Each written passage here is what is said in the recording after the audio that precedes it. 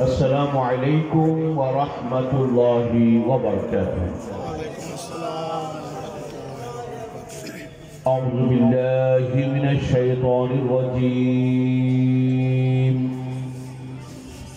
बिस्मिल्लाहिर रहमानिर रहीम।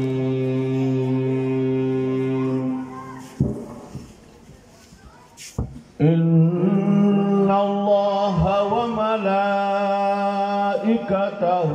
युसल्लूना Alan नबी या अय्युहल्लज़ीना आमनू सल्लू अलैहि व सल्लिमू तस्लीमा।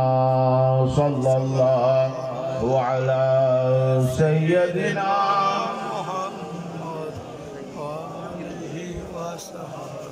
सलातुन या रसूलल्लाह अलैकुम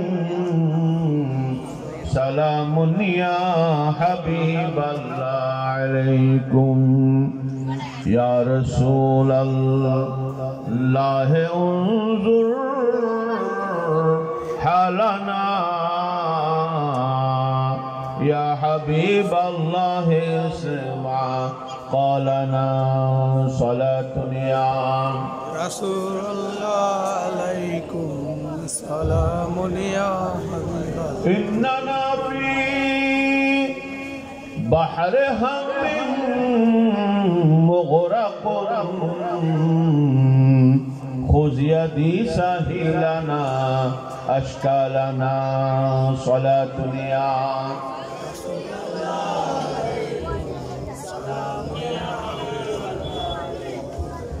मुश्किलाते बेअदद दारिमुमा शय्यलिल्लाह गौसे आज़म पीर मा सलातुन या रसूलल्लाह अलैकुम सलामुन या अऊज़ु बिल्लाहि मिनश शैतानिर रजीम। बिस्मिल्लाहिर रहमानिर रहीम। वअब्दुल्लाह वला तुश्रिकू बिही शैअन वबिलवालिदैनि इहसाना वबिज़िल क़ुर्बा वल-यतामा वल-मसाकीनि वल-जारि ज़िल क़ुर्बा वल-जारि ज़िल-जुनुबि वस्साहिबि बिल-जंबि वब्निस सबील वमा मलकत अयमानुकुम इन्नल्लाहा ला युहिब्बु मन कान मुख्तालन फ़ख़ूरा।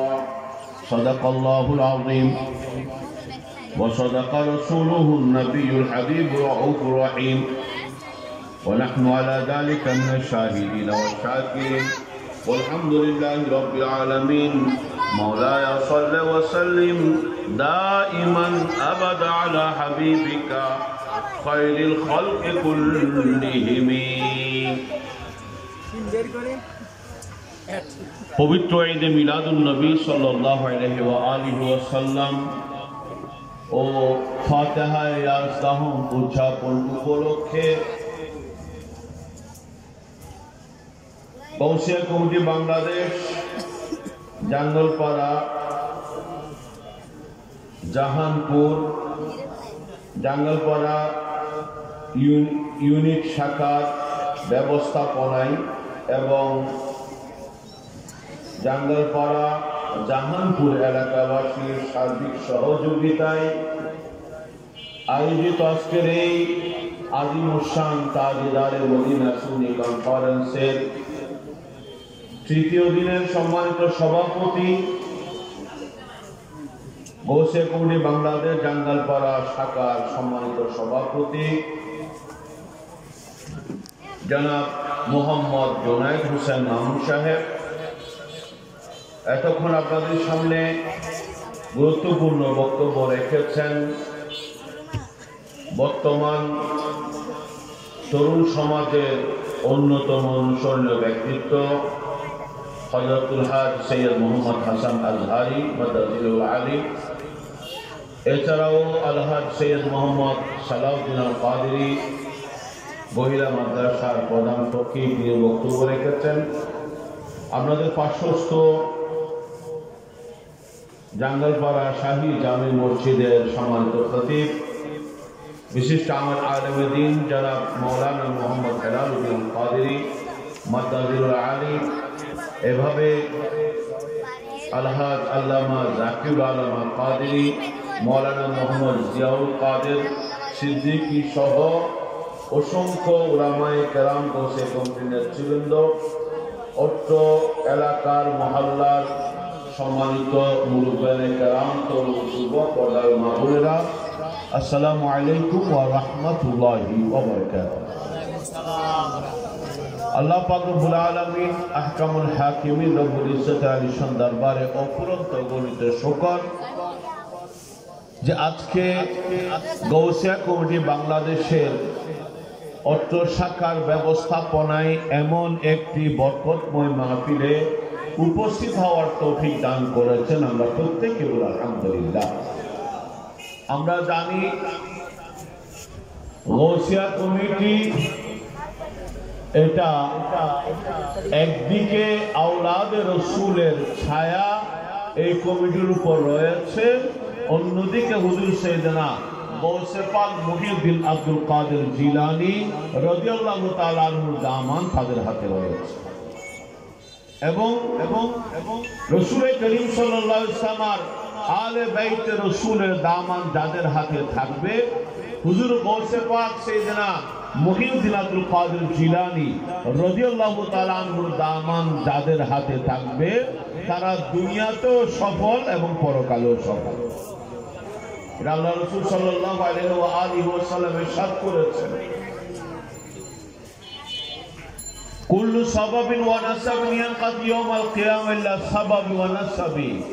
আল্লাহ রাসূল ইরশাদ করেছেন, পৃথিবীর দুনিয়ার যত অবলম্বন পৃথিবীতে আছে এগুলো পরকালে কোনো কাজ আসবে না, কিন্তু কেউ যদি আমার নূরানি আওলাদ যারা আছে তাদের সাথে যদি কোনো সম্পর্ক স্থাপন করে, কিয়ামতের সে ভয়াবহ দিনে ওই আমার আওলাদ রাসূলের ওই সম্পর্ক আমার উম্মতদেরকে জান্নাতে নিয়ে যাবে। এবং আরেকটা হলো হুজুর গৌসে পাক সাইয়েদনা মুহিউদ্দিন আব্দুল কাদের জিলানী রাদিয়াল্লাহু তাআলা আনহু, উনি গৌসে পাকের যারা অনুসারী থাকবে, গৌসে পাককে যারা ভালোবাসবে, কিয়ামত পর্যন্ত গৌসে পাকের দামান যারা ধরবে, তাদের জন্য হুজুর গৌসে পাক রাদিয়াল্লাহু তাআলা আনহু নিশ্চয়তা দিয়েছেন।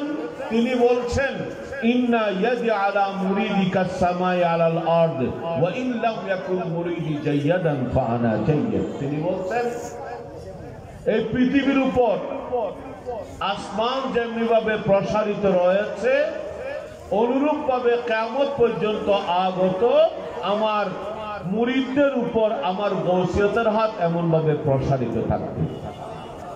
এবং তিনি বলছেন, আমার মুরিদরা তাদের যোগ্যতায় যদিও বা তারা নিজেদেরকে যোগ্য করে তুলতে না পারে, তারপরেও গৌসুল আজম বলছেন, আমি তো যোগ্য আছি, আমার সাথে তাদের সম্পর্ক যখন হয়ে গেছে তারা প্রত্যেকে যোগ্যতার শীর্ষস্থানে পৌঁছবে।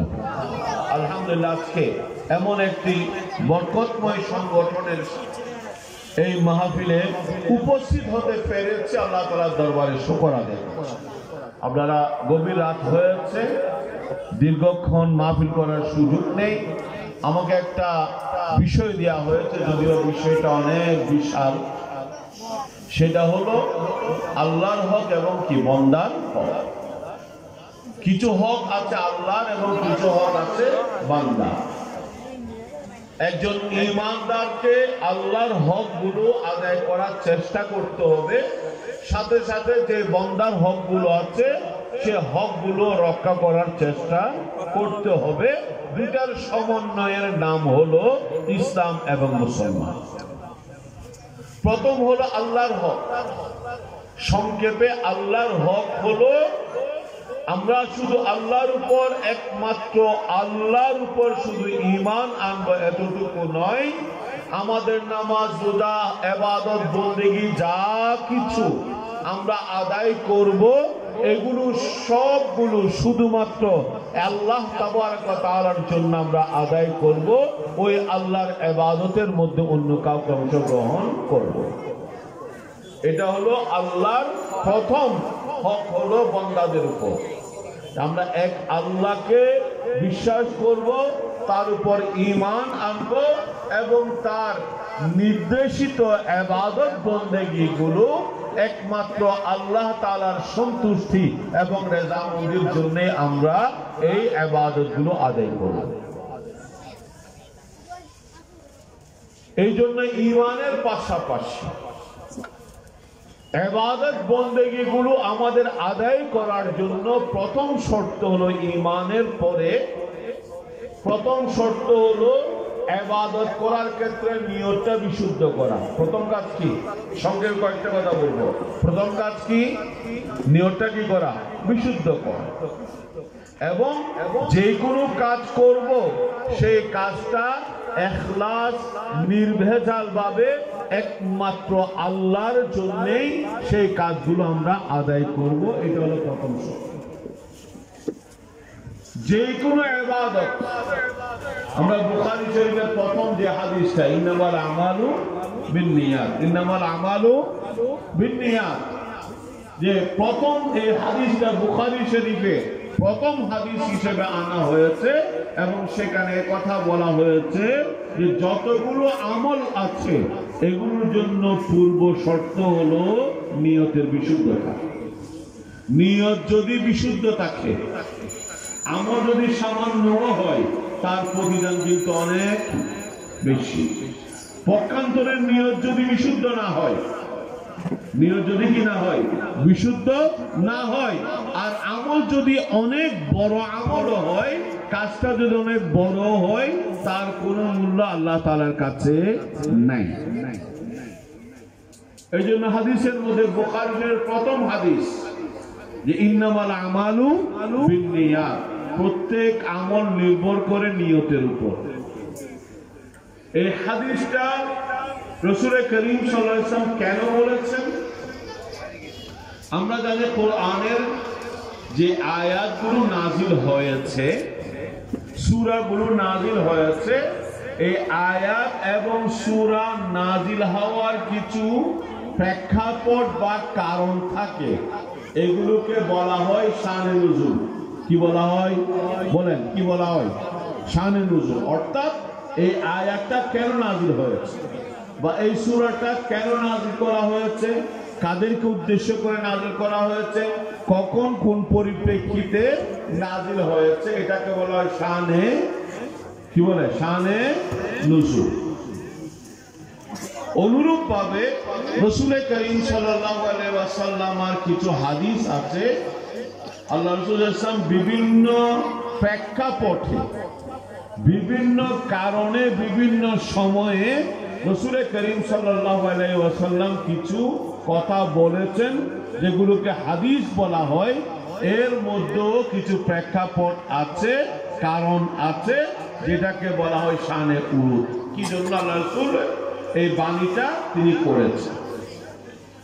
ইন্নামাল আমালু বিন্নিয়াত, এই হাদিসটা এসেছে, আপনারা জানেন যে রাসূল করিম সাল্লাল্লাহু আলাইহি ওয়াসাল্লাম মক্কায়ে মুকাররমা থেকে মদিনায় মুনাওয়ারায় কি করেছেন? হিজরত। একটা আমার সাথে উত্তর দিন, আমি বেশি সময় নিব না। কি করেছেন? হিজরত করেছেন। ওনার সাথে উনি মদিনায়তে বা পৌঁছার পরে যখন সংবাদ পেয়েছেন, তখন এভাবে সিদ্দিক আকবর, ফারুক আজম, উসমান যুন নুরাইন, মাওলা আলী শেরে খুদা, এভাবে দলে দলে সাহাবায়ে কেরাম মক্কায়ে মুআজ্জামা থেকে মদিনায় কি করেছেন? হিজরত করেছেন। সাহাবায়ে কেরাম যারা হিজরত করেছেন, তাদের সকলের হিজরত ছিল আল্লাহ এবং আল্লাহ রাসূলের জন্য। কার জন্য? বলেন, আল্লাহ এবং আল্লাহ রাসূলকে সন্তুষ্ট করার জন্য, আর কোনো কিছুর জন্য নয়। কিন্তু সেখানে এক ব্যক্তি ছিল, উম্মে কাইস নামে একজন মহিলা, তিনি ইসলাম গ্রহণ করেছেন, এই কারণে তিনিও মক্কা থেকে মদিনায় কি করেছেন? হিজরত করেছেন। এখন ওই নারীকে, ওই রমণীকে বা ওই মেয়েকে ওই আরবের মক্কার একজন যুবক তাকে ভালোবাসত। তখন ওই মহিলা যখন মদিনায় হিজরত করলেন, তখন ওই মহিলাকে বিবাহ করার জন্য ওই যুবক মক্কা থেকে মদিনায় সে হিজরত করেছে। সে কি করেছে? বলেন, কি করেছে? হিজরত।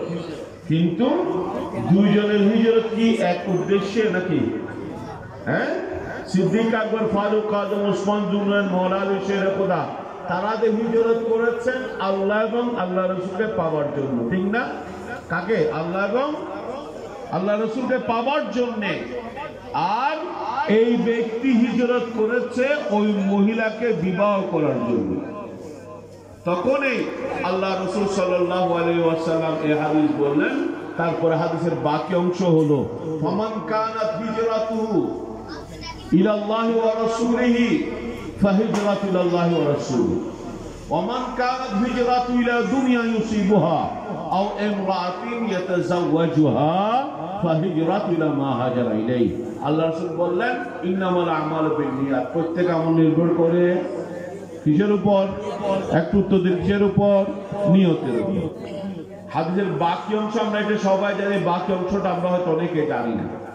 আল্লাহ রাসূল বললেন, সুতরাং অতএব যে ব্যক্তি ফামান কানাত হিজরাতুহু ইলাল্লাহি ওয়া রাসূলিহি, যারা আল্লাহ এবং আল্লাহ রসুলকে পাওয়ার জন্য হিজরত করেছে, আল্লাহ রসুল সাল্লাল্লাহু আলাইহি ওয়াসাল্লাম তাদের জন্য সার্টিফিকেট দিয়ে দিলেন।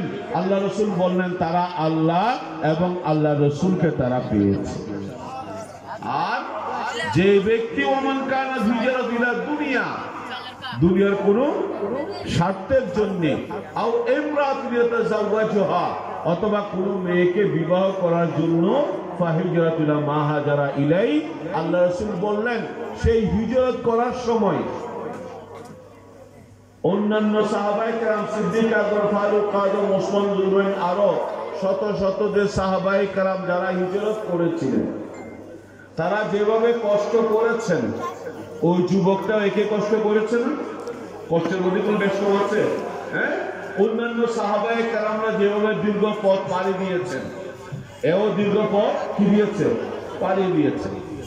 অন্যান্য সাহাবায়ে কেরাম মা বাবা, ভাই বোন, আত্মীয় স্বজন, ঘর বাড়ি, ধন সম্পদ, মাতৃভূমি সব কিছু ত্যাগ করে হিজরত যেভাবে করেছেন, এই যুবকটাও ঠিক সেভাবে কি করেছে? কোনটার মধ্যে পার্থক্য আছে? সমানই সমান।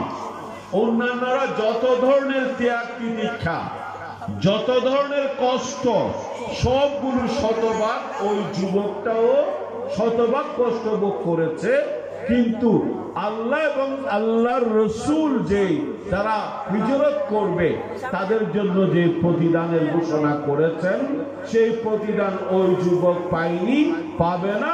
শুধুমাত্র যেহেতু তার উদ্দেশ্য ছিল একটা মেয়েকে বিবাহ করবে, দুনিয়াবি কোনো বিষয়, আল্লাহ রসুল বললেন সেই দুনিয়ায় পেয়েছে, আল্লাহ আল্লাহ রসুলকে পায়নি। সুতরাং আল্লাহর হক, আল্লাহকে এক আল্লাহ হিসেবে আল্লাহর উপর বিশ্বাস করতে হবে, তার সাথে কোনো শরিক নাই সেটাও মানতে হবে। সাথে সাথে যে কোনো ইবাদত বন্দেগী করার জন্য প্রথমেই আমাদের প্রত্যেকের নিয়তটা কি করতে হবে? বিশুদ্ধ করতে হবে। আর কয়েকটা পয়েন্ট আপনাদের সামনে বলবো, বেশি সময় আলোচনার সুযোগ নেই। আরেকটা কথা খেয়াল রাখবেন, নিয়ত যদি বিশুদ্ধ থাকে, নিয়ত যদি কি থাকে বলেন বিশুদ্ধ থাকে, কোন ঈমানদার কোন ভালো কিছু করার জন্য নিয়ত করেছেন, আমার কথা কি বুঝে যাচ্ছে নাকি? কোন ঈমানদার ভালো কোনো কিছু করার জন্য কি করেছেন? নিয়ত করেছেন। বুখারী হাদিসের মধ্যে আছে ঈমানদার যখন ভালো কোনো কিছু করার জন্য নিয়ত করেছে, এখনো কাজটা করে নাই, সেই নিয়ত করার সাথে সাথেই ওই বান্দার জন্য আল্লাহ তাআলা সওয়াব লিখে দিয়েছেন, সওয়াব লিখে দিয়েছেন। এবং হাদিসে পাকের মধ্যে আছে, যখন সেই নিয়তটা বিশুদ্ধ করার পরে ওই আমলটা যখন করবে, তখন আল্লাহ তাআলা ওই বান্দাকে তার ওই আমলের প্রতিদান দিয়া শুরু করবেন কত থেকে? 10। কত? সর্বনিম্ন আমরা যে বলি 1-এ 10, 1-এ 10 এটা সীমাবদ্ধ না, 10টা শুরু। 10টা কি বলেন? 10টা কি শুরু? 10 দিয়ে আল্লাহ শুরু করেন। যে বান্দার নিয়ত যত বেশি বিশুদ্ধ হবে, সাথে সাথে যার আমলগুলো যত বেশি সুন্দর হবে, সেখানে যত বেশি ইখলাস এবং নিষ্ঠা থাকবে, আল্লাহ তাআলা কোরআনের মধ্যে বলছেন, আল্লাহ রাসূল সাল্লাল্লাহু আলাইহি ওয়াসাল্লাম হাদিসের মধ্যে বলছেন, 10 থেকে শুরু হবে, সেটা বাড়তে বাড়তে 700 গুণ। এবং অনেক বান্দাকে আছেন যাদেরকে আল্লাহ তাআলা 700 গুণ নয়, হিসাব নিকাশ ছাড়া ওই বান্দাকে আল্লাহ প্রতিদান দিবেন। শুরু হয় কিসের থেকে? এটা এই উম্মতের আলাদা একটা বৈশিষ্ট্য। এই উম্মত কোন আমল করবে, প্রতিদান শুরু করবেন 10 থেকে, দিতে দিতে কি বাড়তে বাড়তে সেটা 700 গুণ অথবা তার চেয়ে বেশি। কোরআনের মধ্যে আল্লাহ বলেছেন, কেউ যদি একটা টাকা দান করে, সদকা করে, একটা টাকা, কোরআনের মধ্যে উদাহরণ দেওয়া হয়েছে কিভাবে?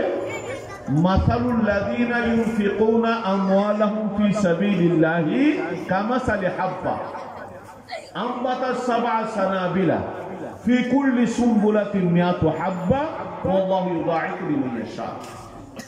আল্লাহ বলছেন, কেউ যদি আল্লাহর রাস্তায় মনে করুন সামান্য কিছু ব্যয় করেছে, আল্লাহ বলছেন সেটা হলো, কেউ যদি কোন একটা ধান, গম, শস্য, অন্য কোনো কিছুর বীজ সে কি করলো? বপন করলো। খেয়াল রাখবেন, কি করেছে? ধান হোক, গম হোক, অন্য কোনো জব হোক, অন্য কোনো দানা কি করেছে? করেছে কয়টা? একটা। আল্লাহ বলছেন একটা বপন করেছে, সেখান থেকে শাখা বের হয়েছে 7টা। কয়টা? 7টা। ওফি কুল্লি সুমবুলাতিন মিয়াতু হাব্বা, ওই 7টা শাখার মধ্যে 7টা ধানের গমের ছড়া বা শীষ এসেছে, প্রত্যেকটাতেই 100টা করে ধান বা গম এসেছে। কয়টা এসেছে? 100টা করে। শীষ কয়টা? 7টা। তাহলে 7টাতে 100টা করে হলে কয়শো হয়? 700। বপন করেছে কয়টা? একটা। হয়েছে কয়টা? 700টা। আল্লাহ বলছেন আল্লাহু ইউদাঈফু লিমান ইয়াশা, যে এখানে প্রত্যেক ছড়াতে শুধু 100টা ধরবে তা নয়, হয়তো কতগুলো আছে? কয়েকশো ধরবে। আল্লাহ বলছেন ওই বান্দার নিয়ত এবং ইখলাসের উপর, ওই সামান্য একটা কিছু আল্লাহর রাস্তায় দান করেছেন, সেটা 1 টাকা হোক, সেটা একটা এই বীজের মতো, দানার মতো সে বপন করেছে, আল্লাহ তাআলা 700 গুণ, 1000 গুণ তার চেয়ে বেশি প্রতিদান আল্লাহ তাআলা দেন। তাহলে এগুলোর জন্য প্রথম কি বলেছিলাম? নিয়তটা কি করতে হবে? এই উম্মতের অন্যতম একটা বড় বৈশিষ্ট্য দয়া, আল্লাহর মেহেরবানি। এই উম্মত কোন কাজ করলে, কাজ যদিও সামান্য হয়, প্রতিদান কিন্তু সামান্য না। প্রতিদান কি? প্রতিদান কি? সামান্য না, অনেক বেশি। এটা অন্যান্য উম্মতদের এই ধরনের প্রতিদান পায়নি। যে এই প্রতিদান এই উম্মতদেরকে সর্বশ্রেষ্ঠ নবী এবং রাসূলের উম্মত হওয়ার কারণে আমরাও সর্বশ্রেষ্ঠ হয়েছি। এই কারণে আমাদের যে কোনো আমল আমরা করব, সেটা সামান্য হলেও সেটার প্রতিদান আল্লাহ তাআলার কাছে 1000 গুণ বেশি। অনেক গুণ কি বলেন না বেশি। যেমন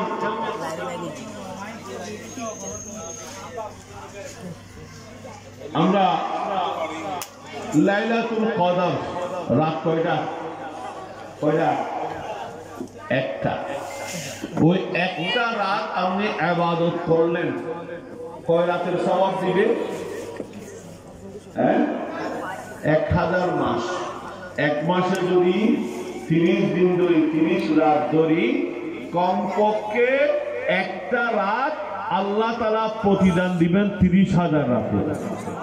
কয় রাতের?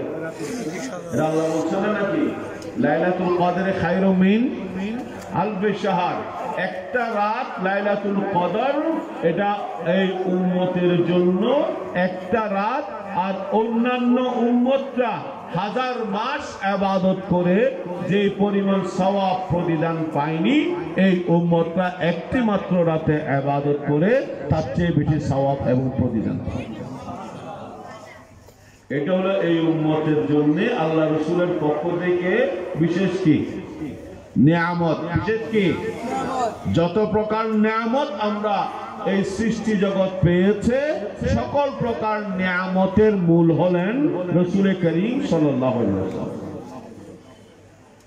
এই যে লাইলাতুল কদর বলছি, প্রসঙ্গত বলে অন্য প্রসঙ্গে যাচ্ছে। কেন বললাম এই সকল নিয়ামতের মূল রাসূল করিম সাল্লাল্লাহু আলাইহি ওয়াসাল্লাম? কারণ মুয়াত্তা মালিক হাদিসের কিতাব, বুখারী, মুসলিম, আবু দাউদ, তিরমিজি, নাসাই, ইবনে মাজাহ, এই ধরনের যতগুলো হাদিসের কিতাবের আমরা নাম শুনি, এগুলোর অনেক আগের।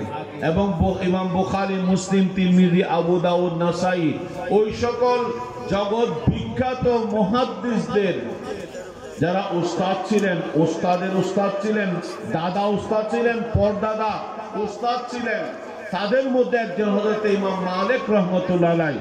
তিনি মুয়াত্তা মালিকের মধ্যে একটা হাদিস এনেছেন, উরিয়া আমারুন নাস ফাতাকাসারা আমার উম্মতি ফাখাফা আল্লাহ ইয়াবলুগু মা বালাগু ফাউতিয়া লাইলাতুল কদর খায়রুম মিন আলফি শাহর। সংক্ষেপে বলছি, রাসূল করিম সাল্লাল্লাহু আলাইহি ওয়াসাল্লামের কাছে পূর্ববর্তী উম্মতের হায়াত পেশ করা হলো। পূর্ববর্তী উম্মতরা হায়াত আমাদের থেকে বেশি পেয়েছে নাকি কম? একটু তো দিবেন। বেশি। কত বেশি? অনেক বেশি। 300, 400, 500, 800, 900, 1000 বছর হায়াত পেয়েছেন। কেউ যদি 1000 বছর হায়াত পেয়েছেন, তাহলে তিনি 1000 বছর ইবাদত করার সুযোগ পেয়েছেন কিনা? 1000 বছর ইবাদত করার তিনি কি পেয়েছেন? সুযোগ পেয়েছেন। কিন্তু আল্লাহ রাসূল দেখতে পেলেন অন্যান্য উম্মতের হায়াত অনেক বেশি, আর এই উম্মতের হায়াত হলো 60 থেকে 70। 60 থেকে কি হাদিসের মধ্যে ওয়াকালু মা ইয়াজুজু যালিক, আল্লাহ রাসূল বললেন খুব কমই আছে যারা কি 70 পার হয়ে এই ধরনের মানুষের সংখ্যা কি অনেক কম। এই উম্মতের হায়াত 60 থেকে 70, ওদিকে 700, 800, 900, 1000 বছর। তখন আল্লাহ রাসূল একটু করে পেরেশান হয়েছেন, হায়রে আমার উম্মতের হায়াত কম, এই কারণে আমার উম্মতের আমলও কম হবে। অন্যান্য উম্মতরা হায়াতও বেশি পেয়েছে, এই জন্য তাদের আমলও বেশি হবে। একটু করে আল্লাহ রাসূল পেরেশান হয়েছেন। আল্লাহ রাসূলকে খুশি করার জন্য জিবরাইল আমিনকে পাঠিয়ে দিলেন এবং আল্লাহ রাসূলকে আশ্বস্ত করলেন, এ আমার হাবিব, আপনাকে চিন্তিত হতে হবে না, পেরেশান হতে হবে না। আপনার উম্মতের হায়াত কম হলেও আমি আপনার উম্মতকে এমন একটি রাত দিচ্ছি, অন্যান্য উম্মতরা 1000 মাস ইবাদত করে যে পরিমাণ সওয়াব পাবে না, আপনার উম্মতরা এক রাতে ইবাদত করে তাদের চেয়ে বেশি সওয়াব পাবে। সুবহানাল্লাহ, ঠিক না? লাইলাতুল কদরে খায়রুম, বাস আল্লাহ বলছেন উত্তম কত তো আমরা জানি না, আল্লাহ রাসূল জানেন। যদি ধরেও নি, একদম কমপক্ষে ধরলেও এই উম্মতের একটা রাত অন্য উম্মতের 100 বছরের ইবাদত। কি এই উম্মতের এক রাতের ইবাদত অন্য উম্মতের কি বলেন না 100 বছরের ইবাদত। এই উম্মতের একটা লাইলাতুল কদর একটা রাত অন্যান্য উম্মতের 30-40 হাজার রাতের ইবাদতের চেয়েও বেশি এবং উত্তম। এই যে নিয়ামতগুলো আমরা পেয়েছি তার মাধ্যমে, বলেন না, রাসূলের কারিমের মাধ্যমে নয় নাকি? আল্লাহ রাসূলের মাধ্যমে। কারণ মাস আগেও ছিল, রাত আগেও ছিল। লাইলাতুল কদর কোন মাসে? বলেন, উত্তর দিন, কোন মাসে? রমজান মাস। মাস আগেও ছিল। অধিকাংশ উলামায়ে কেরামের কথা হলো রমজান মাসের 26 তারিখ দিবাগত রাত, এটা হলো সবে কদর বা লাইলাতুল কদর, ঠিক না? ঠিক না? 26 তারিখ দিবাগত মাসও ছিল, ওখানে 26 তারিখ দিবাগত রাতটাও ছিল না? ছিল কিনা? হ্যাঁ, কিন্তু সেটা লাইলাতুল কদর ছিল। আর সমাজে বলি 16 ডিসেম্বর, 16 এটা কি আমাদের কি বিজয় দিবস? হ্যাঁ, এটা বিজয় দিবস। আমাদের কি দিবস? বিজয় দিবস। এই 16 ডিসেম্বর এটা 71-এর আগেও ছিল না? ডিসেম্বর মাস, এই 71 সন আসার আগ পর্যন্ত ডিসেম্বর মাস কি ছিল না? 16 তারিখও ছিল না? সেটা কি বিজয় দিবস ছিল? হ্যাঁ, বিজয় দিবস কখন হয়েছে? 71-এ যখন আমাদের দেশকে হলো স্বাধীন হলো, তখনই কি হয়েছে? 16 ডিসেম্বর বিজয় দিবস হয়েছে। এর আগে 16 ডিসেম্বরও ছিল, ডিসেম্বর মাসও ছিল, বৎসর গণনা ছিল, কিন্তু সেটা 16 ডিসেম্বর বিজয় দিবস ছিল না। অনুরূপভাবে এর আগে রমজান মাসও ছিল। ওই লাইলাতুল কদরের যে রাতটাকে 26 তারিখ দিবাগত রাত, সে রাতও ছিল, সেটা কিন্তু সবে কদর ছিল না। রাসূল করিম সাল্লাল্লাহু আলাইহি ওয়াসাল্লাম একটু করে পেরেশান হয়েছেন। আল্লাহ রাসূলকে খুশি করার জন্য আল্লাহ তাআলা আমাদেরকে এমন একটা রাত দিলেন, ওই একটি রাতে ইবাদত করে অন্যান্য উম্মতরা 30-40 হাজার রাত ইবাদত করে যে সওয়াব, যে কল্যাণ পাবে না, এই উম্মত একটি রাতে তার চেয়ে বেশি সওয়াব এবং কল্যাণ পাবে। এই জন্য এই উম্মতের কি, এই উম্মত সর্বশ্রেষ্ঠ নবী এবং রাসূলের উম্মত হওয়ার কারণে আমরাও সর্বশ্রেষ্ঠ হয়ে গেছি। আমরাও কি হয়েছি? তো যারা যত শ্রেষ্ঠ হন তাদের আমলগুলো শ্রেষ্ঠ হয়ে যায়। কথা বুঝছেন কিনা? দেখুন, আমলগুলো কি হয়ে যায় বলেন না? কষ্ট হচ্ছে, কষ্ট হচ্ছে। আমি কিন্তু বিশেষ করে সবাই কিন্তু আপনাদের কাছ থেকে দিব না, খুব সংক্ষেপে শেষ করে উদাহরণ দেওয়ার জন্য বলছি। যে কোনো আমল শ্রেষ্ঠ, মর্যাদাবান, সম্মানিত কোনো কিছুর সাথে সম্পর্ক হলে সেটার দামও কি বেড়ে যায়, সেটার সওয়াবও কি বেড়ে যায় না? আচ্ছা, যেমন আপনি আপনার ঘরে 2 রাকাত নামাজ পড়লেন, খেয়াল রাখবেন, আপনি আপনার ঘরে কয় রাকাত? 2 রাকাত নামাজ পড়লেন, যা সওয়াব পেয়েছেন। 2 রাকাত নামাজ যদি আপনি মক্কায়ে মুকাররমায় পড়েন, বাইতুল্লাহ শরীফে পড়েন, কয় রাকাত, কয় সওয়াব কি? কতটুক? বা একটু আগে শুনলেন না আপনারা? কত? আরে ভাই, যে কোনো ইবাদত বাইতুল্লাহ শরীফে করলে কত গুণ বেশি?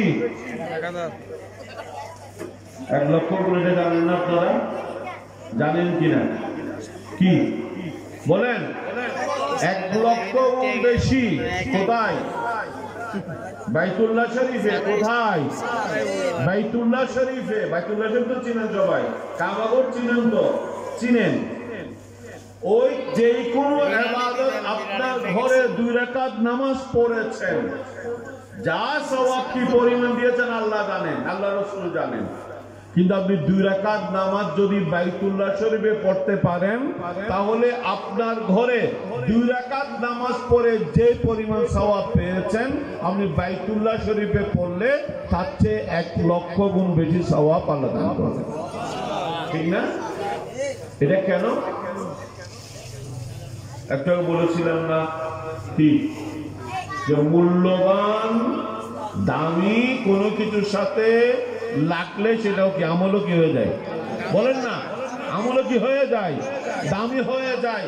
কাবাগর বাইতুল্লাহ শরীফ যেহেতু দামি, নামাজ আপনার ঘরে যে 2 রাকাত পড়েছেন ওই 2 রাকাতেই, হয়তো নামাজ আপনার ঘরে যে 2 রাকাত পড়েছেন আপনি 1 রাকাতে তাবাদিয়াটা পড়েছেন, 1 রাকাতে কুল হুয়াল্লাহ পড়েছেন, যাই পড়েছেন কাবা শরীফে গিয়ে কি পড়েছেন, মনে করেন কি সবগুলো কি একই, কিন্তু সওয়াব সমান নাকি? বেশি। কত গুণ বেশি? 1 লক্ষ গুণ। ওই যে হাসান বলেছে মদিনা মুনাওয়ারায় 50,000 গুণ, বাইতুল মুকাদ্দাসে 25,000 গুণ। আমলে কি? আমলের মধ্যে বাইরে কোনো তারতম্য বলেন বলেন নাই। কিন্তু যখন কোনো বরকতময় জায়গার সাথে এটা সম্পর্ক হয়েছে তখন সেটার মূল্য অনেক বেড়ে গেছে। এটা স্থানের সাথে, কিসের সাথে? আবার কখনো আছে সময়ের সাথে। কি বললাম? প্রথমটা বলেছিলাম কি স্থান, তারপরটা কি বললাম? সময়ের সাথে। সময় যত বেশি দামি হবে, মূল্যবান হবে, ওই সময়ের ইবাদত তত বেশি কি হবে। যেমন একটু আগে বলেছিলাম সবে কদর, রাতটা যেহেতু দামি, ওই রাতে আপনি যদি কি বলেন 2 রাকাত নামাজ পড়লেন, অন্যান্য সময়ে যে সওয়াব পেলেন ওই রাতে 2 রাকাত নামাজের সওয়াব 30,000 গুণ বেশি পাইলেন। কত হাজার গুণ? কমপক্ষে ধরিলেন, কমপক্ষে। আল্লাহ লাইলাতুল কদরে খায়ের বলেছেন, আল্লাহ সমান বলেন নাই, আরো বেশি। খায়ের মানে কি? উত্তম না? খায়ের মানে কি? উত্তম, বেশি। কত বেশি আল্লাহ রাসূল জানেন, আমরা জানি না। তারপর আপনাকে বোঝানোর জন্য যে 2 রাকাত নামাজ আপনি অন্য সময় পড়েছেন আর 2 রাকাত নামাজ লাইলাতুল কদরে পড়েছেন, তাহলে এটা এই 2 রাকাত আপনার অন্যান্য সময়ে 30,000 রাকাত নামাজ পড়লে যে সওয়াব পাবেন 30,000 নয়, অর্থাৎ 30,000 কে ডবল করেন 2 রাকাত করে, 60,000, 70,000, 1 লক্ষ রাকাত নামাজ পড়লে যে সওয়াব পেতেন এখানে 2 রাকাতে তার চেয়ে বেশি সওয়াব পেয়েছে। অনুরূপভাবে রমজান মাস, রমজান মাসে কি বলেন না, একটা ফরজ আদায় করলে রমজান যদি বেশি দেরি মত থাকবে, তাই তো তাড়াতাড়ি ভুলে গেলেন, গেছে তো একটু বেশ দেরি হয় নাই, হ্যাঁ আবার আগে থাকুন না, দেখি মাস রবিউস্তানি, তারপরে জুমাদা উলা, জুমাদা সানি, রজব, শাবান, রমজান, আর 4 মাস পরে ইনশাআল্লাহ রমজান। আল্লাহ তাআলা আমাদেরকে আল্লাহুম্মা বাল্লিগনা রমাদান, আমিন। আল্লাহ শুধু দোয়া করতেন রজব মাসে রাখতো, এই দোয়া করতেন কি আল্লাহুম্মা বারিক লানা ফি রজব ওয়া শাবান ওয়া বাল্লিগনা রমাদান, হে আল্লাহ তুমি আমাদেরকে বরকত দান করো রজব এবং শাবান মাসে এবং আমাদেরকে রমজান মাস পর্যন্ত নিয়ে যাও। আমরা আল্লাহ তাআলার দোয়া করছি আল্লাহ তাআলা আমাদের মাহে রমজান দান করেন। তো রমজান মাসে একটা ফরজ আদায় করলে কত গুণ বেশি? 70 গুণ বেশি। কত গুণ বেশি? একটা নফল আদায় করলে একটা ফরজের সওয়াব, একটা ফরজের সওয়াব কি পরিমাণ? অন্য রিওয়ায়াতের মধ্যে আছে তাসবিহাতুন ফি রমাদানা খায়রু মিন আলফি তাসবিহাতিন ফিমা সিওয়া। কেউ যদি রমজান মাসে একবার তাসবিহ পাঠ করে, তাসবিহ কি বলেন তো?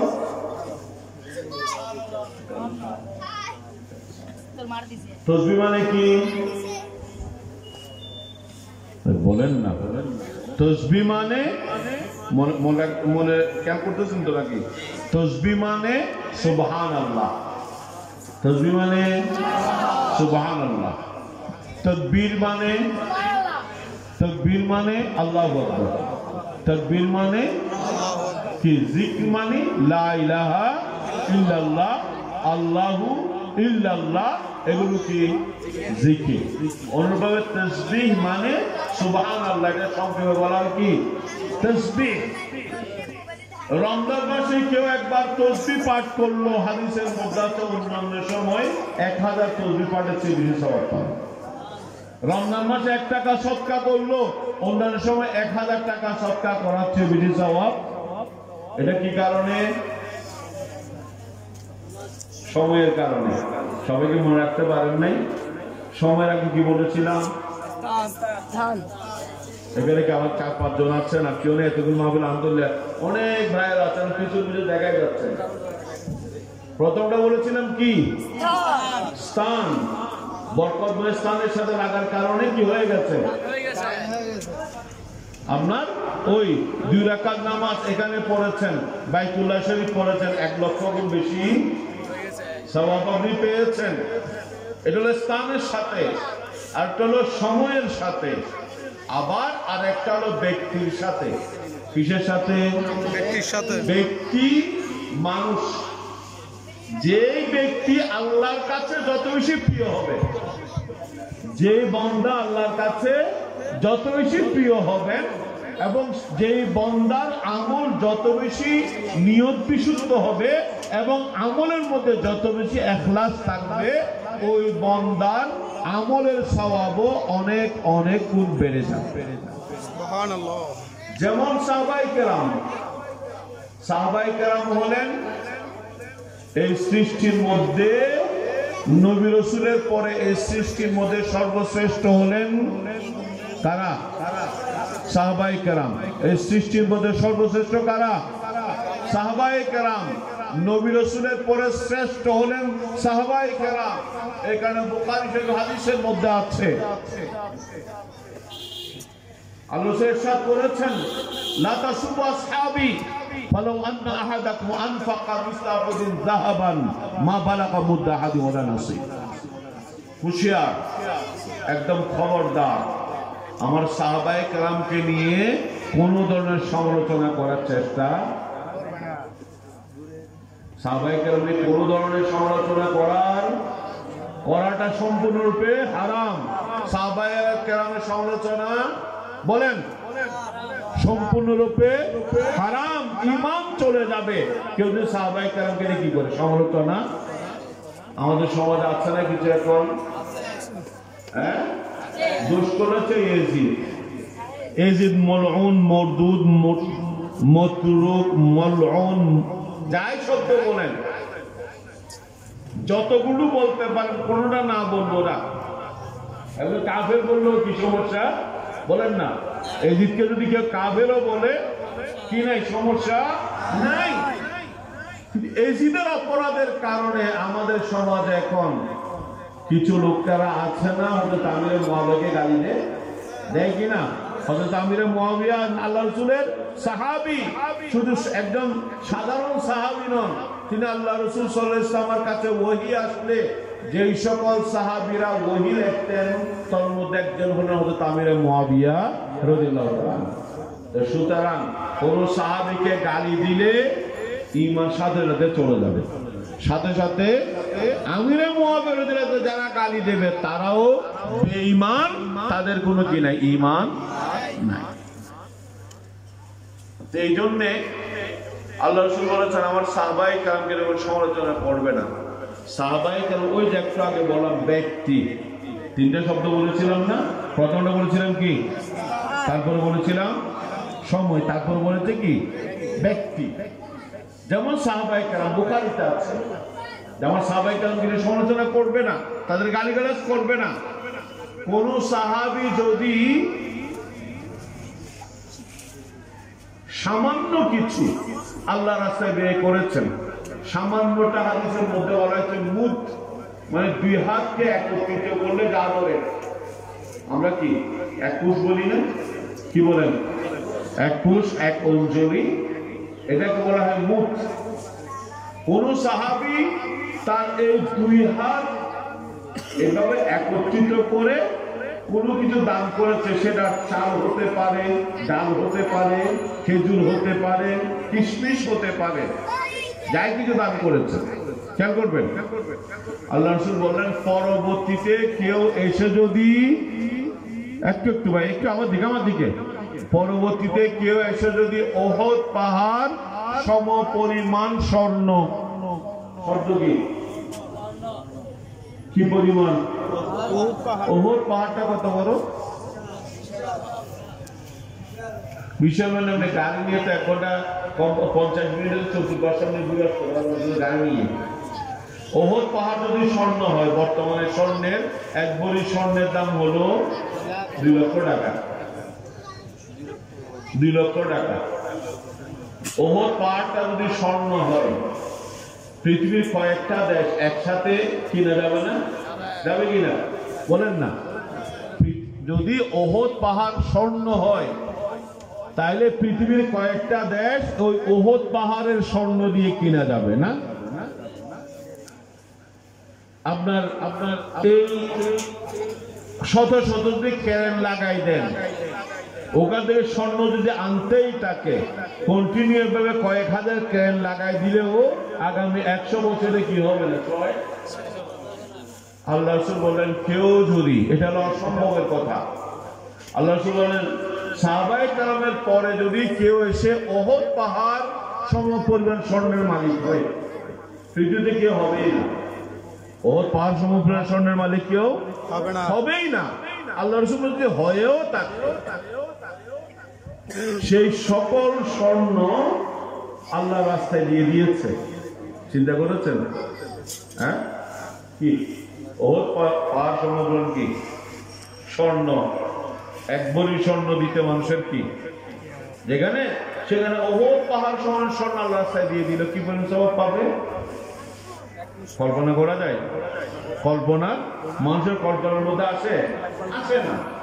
আল্লাহ রাসূল কেউ যদি সাহাবায়ে কেরামের পরবর্তী, এদের কথা বলা হয়েছে, সাহাবায়ে কেরামের পরবর্তী কেউ যদি এসে ওহদ পাহাড় সমপরিমাণ স্বর্ণ যদি আল্লাহ রাস্তায় ব্যয় করে, অবশ্যই যে পরিমাণ সওয়াব পাবে, ওই সওয়াব আমার ওই সাহাবী সামান্য 2 হাত একত্রিত করে চাল, ডাল, গম, কিশমিশ, বাদাম যেটাই হোক না কেন, সেটা আল্লাহ রাস্তায় ব্যয় করে যে পরিমাণ সওয়াব পেয়েছে, কেউ এসে ওহদ পাহাড় পরিমাণ স্বর্ণ ব্যয় করলেও সেই পরিমাণ সওয়াব তো পাবে দূরের কথা, আল্লাহ রাসূল বলেন ওয়ালা নসিবাহু, তার অর্ধেক সওয়াব তোমরা পাবে।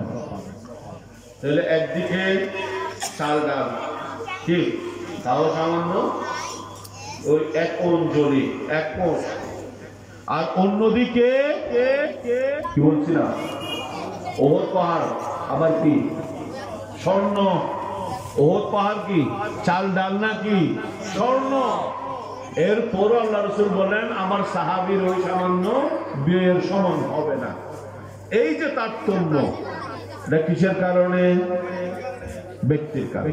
ঠিক আছে, ঠিক আছে, ব্যক্তির কারণে। আলহামদুলিল্লাহ, কিছু এখান থেকে কিছু শিখছেন আপনারা, এই জন্য ধন্যবাদ।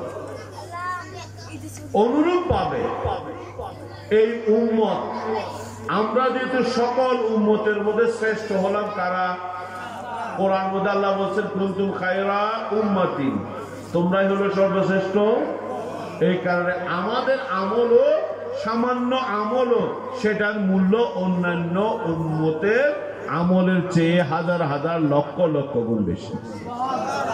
ঠিক আছে, এই নিয়ামত গুলো আমরা পেয়েছি রাসূল করিম সাল্লাল্লাহু আলাইহি ওয়াসাল্লামের ওসিলায়, যেহেতু তিনি সর্বশ্রেষ্ঠ নবী এবং রাসূল, এই কারণে আমরা যে উম্মত হয়েছি, আমরাও শ্রেষ্ঠ হয়ে গেলাম। আমরা কি হয়ে গেলাম? আমরা যখন শ্রেষ্ঠ হয়ে গেছি, আমাদের আমল কম থাকলেও সেটাও আবার শ্রেষ্ঠ, সেটাও কি শ্রেষ্ঠ। এর জন্য প্রথম প্রয়োজন হলো ঈমান। অবশ্যই ঈমান, এটা প্রথম শর্ত। ঈমানের সাথে আপনার যে সকল আমলগুলো আছে, নামাজ, রোজা, হজ, যা কিছু আছে, এই আমলগুলো করার ক্ষেত্রে প্রথম শর্ত হলো নিয়তকে বিশুদ্ধ করা একমাত্র আল্লাহর জন্য করা, এটা হলো বন্দার উপর আল্লাহর অন্যতম হক। আমরা আল্লাহর হক নিয়ে আলোচনা করছি না, কয়েকবার আল্লাহর হক, তারপরে বন্দার হক নিয়ে আলোচনা। আরেকটা হলো নিয়ত করেছেন, ঠিক আছে, নিয়তের ভিতরে আরেকটা বিষয় আছে, সেটা বলে ইখলাস বা নিষ্ঠা। অর্থাৎ আপনি কাজটা নিয়তটা শুদ্ধ করেছেন, সাথে সাথে আপনার পুরো কাজটাই একমাত্র নিষ্ঠার সাথে আপনি পুরো কাজটাই কি করেছেন, সম্পন্ন করেছেন।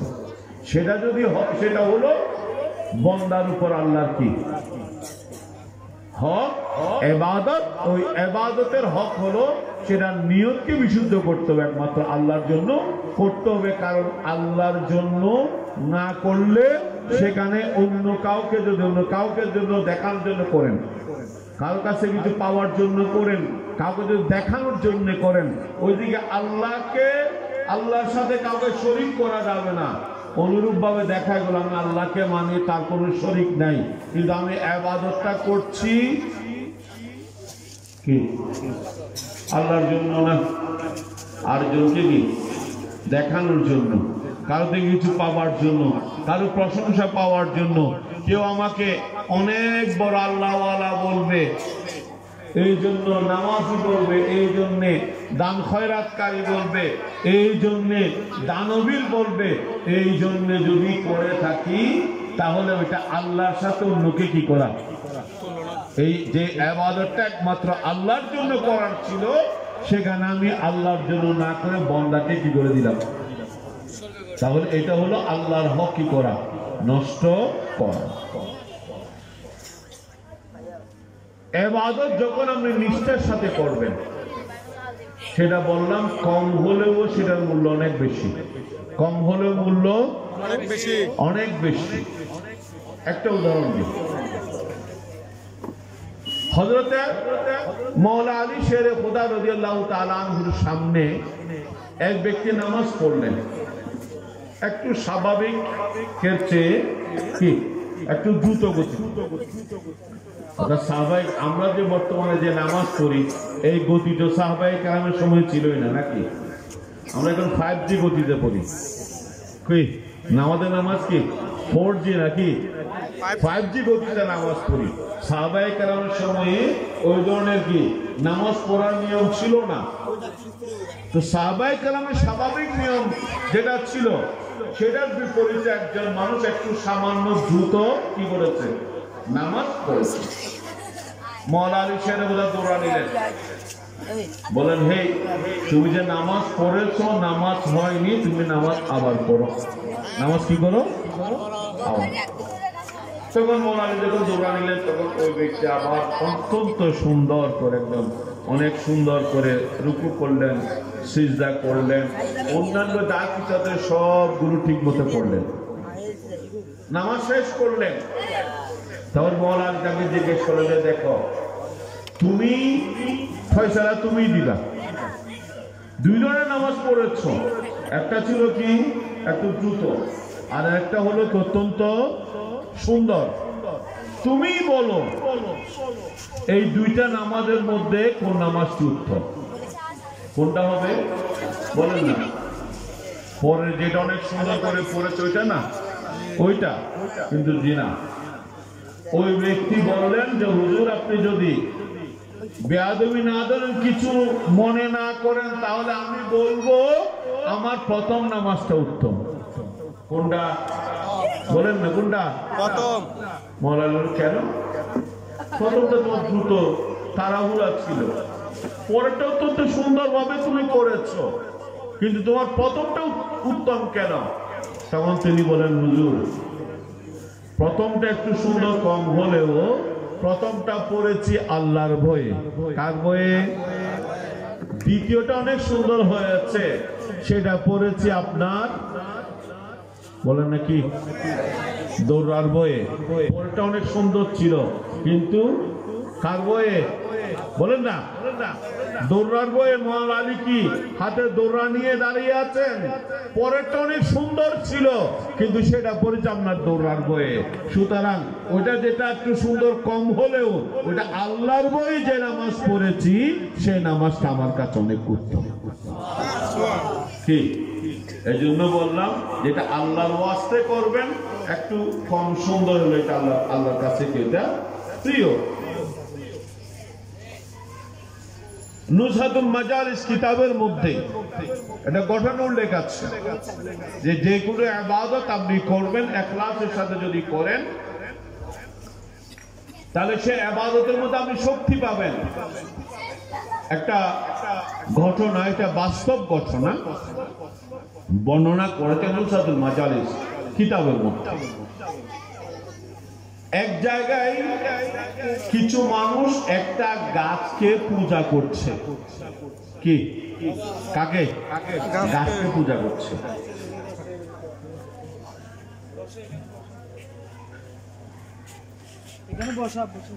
হিন্দুরা মূর্তি বানিয়ে পূজা করে না? করে কিনা? করে।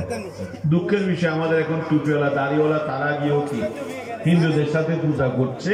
দুঃখের বিষয় এগুলো ইসলাম মুসলমানকে, ইসলাম এবং মুসলমানের দিনকে তারা কলঙ্কিত করছে।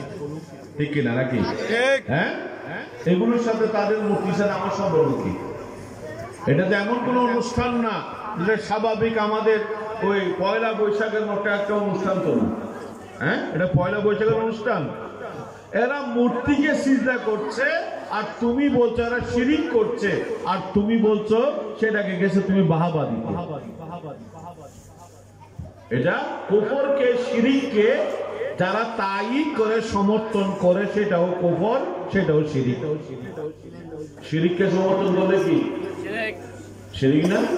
সাধারণ যেখানে অন্যায়কে সমর্থন করলে অন্যায়, অন্যায়কে সমর্থন করলে কি অন্যায়।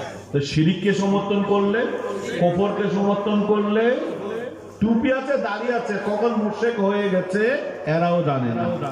আল্লাহ ওই ধরনের মুসলমান, ওই ধরনের ইসলামী দল থেকে আল্লাহ আমাদেরকে হেফাজত করুক। আচ্ছা, তখন একজন মানুষ কুটার নিয়ে বের হলেন, বললেন এই গাছ মানুষ যেহেতু পূজা করছে, হিন্দুরা করছে না মুসলমানরা করছে, হিন্দুরা করুক। তো অনেক কিছু গাছ করে বাঁশ পূজা করে, নিজে মূর্তি বানায় পূজা করে, আবার ওইটা কি ফেলেও দেয়। না ডুবে দেখলাম ওদিন ফেসবুকে না ডুবতেছে একজন ওখানে দাঁড়িয়ে, হ্যাঁ ভালো করে কি ডুবাচ্ছে। এরা করুক, এদের ধর্ম, এটা নিয়ে আমরা কোনো সমালোচনা করে না, তাদেরকে বাধা দেওয়ার দরকার নেই। যেখানে মুসলমানরা না বুঝে কি ওই গাছের কি করছে, পূজা করছে। তখন ওই ব্যক্তি কুটা নিয়ে বের হলেন যে গাছটা কেটে ফেলবো। প্রতিমধ্যে শয়তান পথ আটকালো। শয়তান বললো না আপনি যেতে পারবেন না। তখন শয়তানের সাথে ওই ব্যক্তির সাথে অনেকটা কুস্তি, মল্লযুদ্ধ হলো। তখন ওই ব্যক্তি শয়তানকে ধরাশায়ী করে, পরাজিত করে শয়তানের বুকের উপর বসে গেল। একবার, দুইবার, তিনবার। শয়তান চিন্তা করলো এখন যদি দেখা যাচ্ছে ব্যক্তির ইমানি শক্তি অনেক বেশি, তাকে পরাজিত করা যাবে না।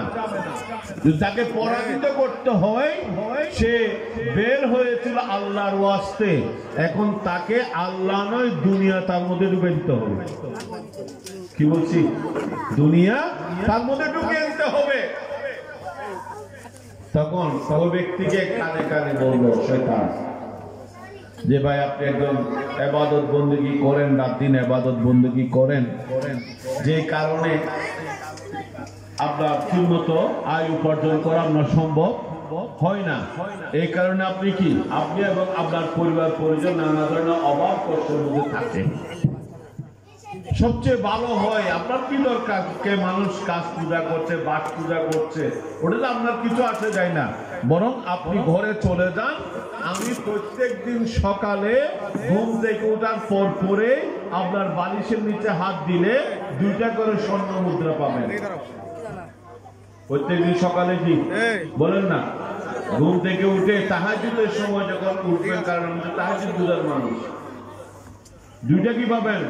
স্বর্ণ মুদ্রা পাবেন। এই দুইটা স্বর্ণ মুদ্রা আপনার জন্য একদম কি আরামসে পুরা দিন, একদিন না কয়েকদিন চলে যাবে, তারপর একদিনের জন্য ইচ্ছা মতো খরচ করে আপনি পুরা দিন রাত দিন বসে বসে আপনি ইবাদত করেন। ওই শয়তান যখন দুনিয়া ঢুকাই দিল, তখন ওই শয়তানের বড়িটা খেয়ে ওই ব্যক্তি ঘরে চলে আসলো। তাহাজ্জুদের সময় উঠে প্রথমে আগে উযু কালাম নাই, মেসওয়াক করবে, উযু করবে, কমন নাই, আগে প্রথমে গিয়ে বালিশের নিচে হাত, দেখা গেল 2 স্বর্ণ মুদ্রা পেয়েছে, অনেক খুশি, একদম সুন্দর করে ইবাদত করে, মানে উযু কালাম করে ইবাদত করছে। দ্বিতীয় দিন ফজর নামাজে উঠার পর পরে, তাহাজ্জুদ উঠার পর পরে হাত দিল, আবার 2টা স্বর্ণ মুদ্রা পাইল, অনেক খুশি, দিন অনেক আরামে যাচ্ছে। তৃতীয় দিন আবার হাত দিল, দেখা যায় কিচ্ছু নেই, দেখা যাচ্ছে কি, কারণ শয়তান মানে কি, ওয়াদা রক্ষা না করা, ধোঁকা করা, প্রতারণা করা, এটা শয়তানের কাজ। ওয়াদা দিয়ে কি করা, ওয়াদা রক্ষা না করে কার কাজ? আমাদের মুসলমানরা আছে না, ওয়াদা দিয়ে ওয়াদা রক্ষা করে না, আছে না? এগুলো কার কাজ? ঈমানদারের কাজ না। হাদিসের মধ্যে আছে, যার কাছে 4টি জিনিস থাকবে, আরবাউন মান কুন্না ফিহি কানা মুনাফিকান খালিসা, 4টা জিনিস যার মাঝে থাকবে সে একদম ডিরেক্ট মুনাফিক। অর্থাৎ একজন ঈমানদার মুনাফিক হয়ে গেছে সেটা নয়, অর্থাৎ পুরো পরিপূর্ণ মুনাফিকের স্বভাব তার মাঝে চলে আসলো। কয়টা? 4টা। বুখারীতে এক জায়গায় 3টা আছে, আর এক জায়গায় 4টা আছে। কি কি? প্রথম মুনাফিকের কাজ হলো ইজা হাদ্দাসা কাযিবা, ইজা হাদ্দাসা কাযাবা। মুনাফিকের প্রথম কাজ, কথা যখন বলবে মিথ্যা বলবে, সত্য বলবে, মিথ্যা। তো মিথ্যা বলা ঈমানদারের কাজ নাকি মুনাফিকের কাজ? মুনাফিক। আল্লাহ রাসূল বলেন, আল মুমিনু লা ইয়াকযিব, ঈমানদার কোনদিন মিথ্যা বলতে পারে না। ঈমানদার কোনদিন, আমরা তো অনেকে আছেন, আপনি মিথ্যা বলছেন, আছেন না? আছেন কিনা? আল্লাহ রাসূল ঈমানদার কিভাবে মিথ্যা বলে, আল্লাহ রাসূল বিশ্বাস করতে চান না। ঈমানদার মিথ্যা বলতে, ইজা হাদ্দাসা কাযাবা ওয়া ইজা আতুমিনা খানা, তার কাছে কোনো আমানত রাখলে আমানতের কি করে? খেয়ানত করে। আরটা ওয়া ইজা ওয়াআদা আখলাফা, আরটা কি? ওয়া ইজা ওয়াআদা আখলাফা মানে কি? ওয়াদা করে, ওয়াদা ভঙ্গ করে। এই 3টা বুখারীতে এক জায়গায় আছে, আর এক জায়গায় এই 3টা সহ আরেকটা আছে, সেটা হলো ওয়া ইজা খাসামা ফাজার, যখন 2 জন ঝগড়া লাগলো, তখন সেই ঝগড়ার মধ্যেই অশ্লীল গালিগালাজ, কি বলেন না, আমাদের সিটে গেলে তার কথাই নেই, হ্যাঁ কি একদম খাইতে দিতে নাকি ভাই আজম না, তোর আজমের, হ্যাঁ, তারপরে কি তোর নাম তো অন্যের, হ্যাঁ, কি মানে শুরু হইতেছে, কাউকে বাদ দেয় না।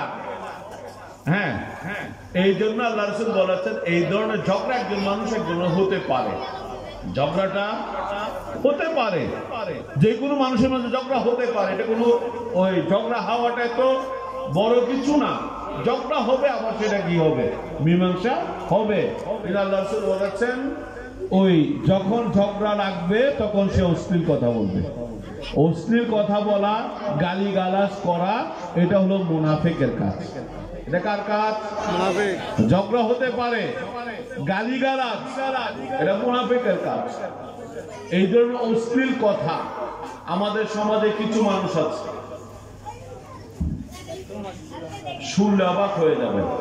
বন্ধু বন্ধুকে, এই অমুকের ছেলে, হ্যাঁ, কি অমুকের পুত, বন্ধু বন্ধুকে রাখতেছে কি, হ্যাঁ বন্ধু বন্ধুকে কি এমনি হাসিতে। অথচ এগুলো হলো হাদিসের মধ্যে আছে এই ধরনের শব্দ, যার মুখ থেকে বের হয় ওই ব্যক্তির কাছ থেকে রহমতের ফেরেশতা হাজার হাজার মাইল দূরে চলে যায়। সুতরাং এই ধরনের শব্দ আল্লাহ রাসূল নিষেধ করেছেন। এই ধরনের কোন শব্দ, এমনকি মানুষ একজন একজনের সাথে মজাক করে না, মস্কারি করে না, মজাকের ক্ষেত্রেও এই ধরনের শব্দ ব্যবহার করা, মিথ্যা বলা, এটা হাদিসের মধ্যে সম্পূর্ণরূপে নিষেধ। আমরা একজন একজনের সাথে মজাক করার সময় কিছু মিথ্যা বলি, বলি না? বলি কিনা? বলি কিনা? স্বাভাবিক বলি। হ্যাঁ, এই যে মজাক করার জন্য, যে মনে করুন বললাম একটা খানা, এটা বলছি এটা ওখান থেকে নিয়ে এসে, চাষের ওখান থেকে নিয়ে আসে নাই নাকি, এটা এমন বলা আসলে তা না। এই ধরনের আমরা মিথ্যা বলি না, অহরহ মিথ্যা বলি, এগুলো মিথ্যা। এগুলো কিন্তু কি মজাক করে মিথ্যা, এটাও মিথ্যা। হাদিসের মধ্যে আছে কানা রাসূলুল্লাহ ইয়ামজাহু ওয়ালা ইয়াকুলু ইল্লাল হক। আল্লাহ রাসূল মজাক করতেন, কারণ এই সমস্ত মাঝে মধ্যে মজাকের মধ্যে মানুষের অনেকটা বোরিং, মানুষের অনেকটা চিন্তা পেরেশানি, এগুলো কি হয়ে যায় অনেক সময় মানুষ কি একটু আনন্দ উৎফুল্ল মানুষ ভোগ করে। এই কারণে আল্লাহ রাসূল এটা মাঝে মধ্যে কি করতেন, মজাক করতেন, কিন্তু ওয়ালা ইয়াকুলু ইল্লাল হক, মজাকের মধ্যে কোনো মিথ্যা মিথ্যা বলতেন না। যেমন বুখারীতে আছে, আল্লাহ রাসূল এক বুড়িকে বললেন, বুড়িকে দেখে, সাহাবী বুড়ি, আল্লাহ রাসূল খুব মহব্বত করতেন এই বুড়িকে। আল্লাহ রাসূল ওই বুড়িকে বললেন, কোন কি বুড়ি বেহেশতে যাবে না, কি বলেন না, কোন বুড়ি বেহেশতে যাবে না।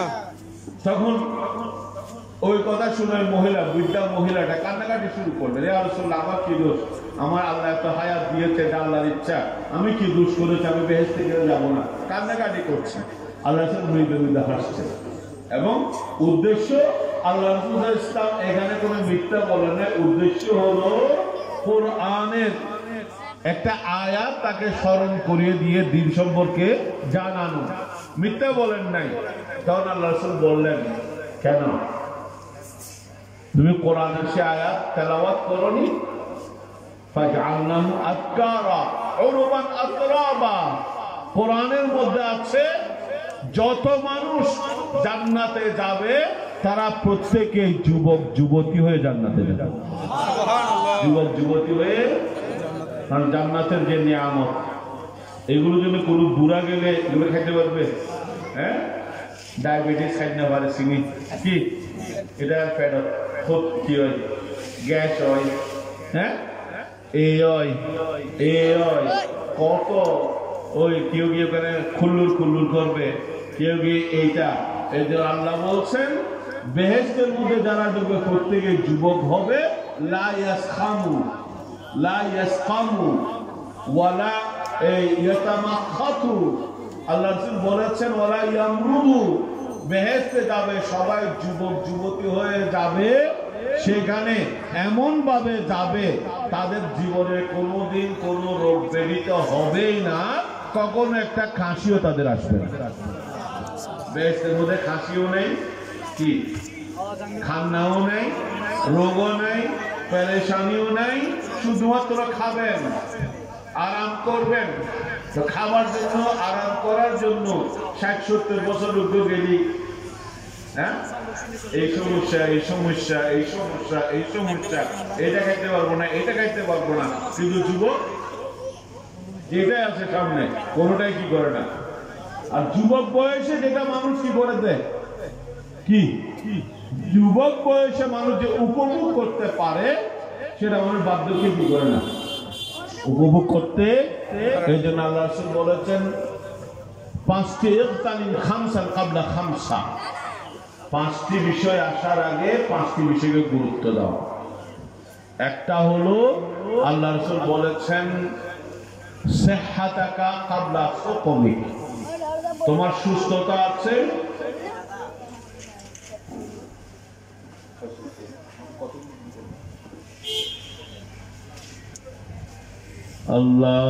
আল্লাহুম্মা সাল্লি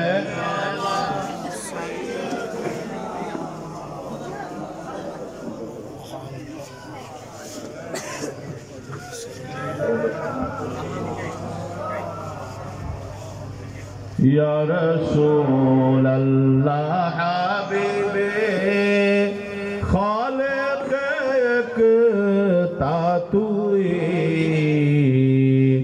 बरगोज़ीदा ज़ुल जलाले पाक बे हम तातुई अल्लाहुम्मा सल्ले अला सय्यिदिना मौलाना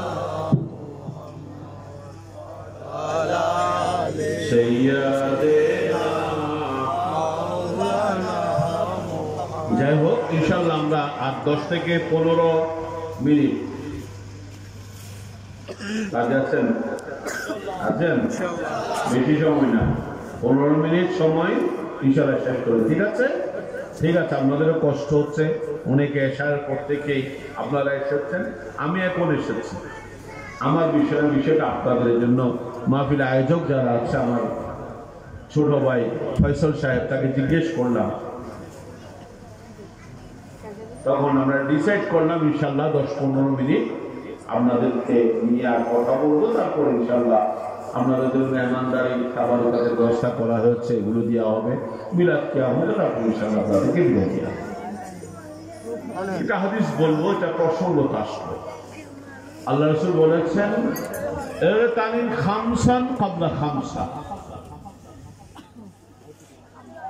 5টি বিষয় আসার আগে 5টি বিষয়কে তুমি গুরুত্ব দাও।